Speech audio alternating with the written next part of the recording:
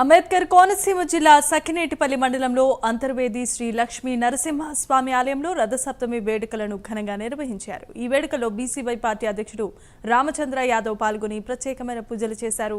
ఆయనకు ఆలయ అధికారులు ఘన స్వాగతం పలికారు. అంతర్వేదిలో నిర్మిస్తున్న శ్రీకృష్ణుని ఆలయానికి 2 లక్షల రూపాయల ఆర్థిక సాయాన్ని రామచంద్ర యాదవ్ ప్రకటించారు. రథసప్తమి సందర్భంగా సాగర సంగమం వద్ద స్నానమాచరించడానికి వచ్చానని ఆయన తెలిపారు. సామాజికంగా ఆర్థికంగా వెనుకబడిన తరగతుల వారికి తన మద్దతు ఎప్పుడూ ఉంటుందని రామచంద్ర యాదవ్ స్పష్టం చేశారు. రథసప్తమి పర్వదినం సందర్భంగా అంతర్వేది సంగమ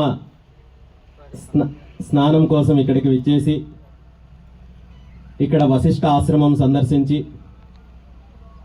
అంతర్వేది ఏదైతే క్షేత్ర పాలక దైవం ఉన్నారో ఈశ్వరుని దర్శించి అదేవిధంగా ఆ నరసింహస్వామి దర్శనం చేసుకొని ఈరోజు ఇక్కడ ఇంతమంది పెద్దలను కుటుంబ సభ్యులను అందరినీ కలవడం చాలా ఆనందంగా ఉంది.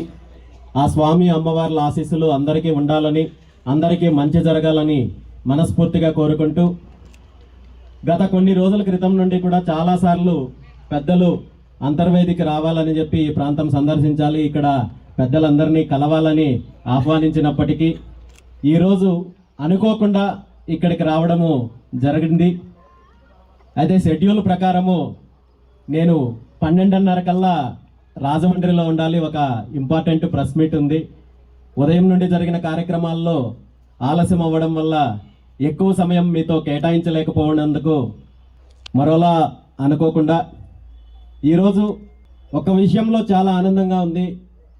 రాష్ట్రంలో ఎక్కడికి వెళ్ళినా వెనుకబడిన తరగతుల్లో కావచ్చు, యాదవుల్లో కావచ్చు, అన్ని వర్గాల్లో కూడా గత కొన్ని దశాబ్దాల కాలం నుండి సామాజికంగా, రాజకీయంగా, ఆర్థికంగా అణచివేయబడుతున్న వర్గాలలో ఒక మంచి చైతన్యం వస్తోంది, ఒక మంచి అభివృద్ధి వస్తోంది, ఐక్యత వస్తోంది. ఎక్కడైతే అన్యాయం జరుగుతోందో, ఎక్కడైతే ఇబ్బందులు ఎదుర్కొంటున్నారో, ఎక్కడైతే సామాజికంగా వెనకబడి ఉన్న పరిస్థితుల్లో ప్రతి ఒక్కరిలో కూడా చైతన్యం తీసుకొని వచ్చి పెద్దలు కావచ్చు, సంఘాల ద్వారా కావచ్చు, ముఖ్యంగా యువత కావచ్చు, ఈరోజు అనేక రకాలైన కార్యక్రమాలు చేస్తున్నారు. సామాజిక కార్యక్రమాలు చేస్తున్నారు, సేవా కార్యక్రమాలు చేస్తున్నారు, ఆధ్యాత్మిక కార్యక్రమాలు, కొత్తగా దేవాలయాలు నిర్మించడంలో కావచ్చు, ఈ విధంగా అనేక రకాలుగా ముందుకొచ్చే కార్యక్రమము రాష్ట్రం ప్రతి చోట కూడా జరుగుతోంది.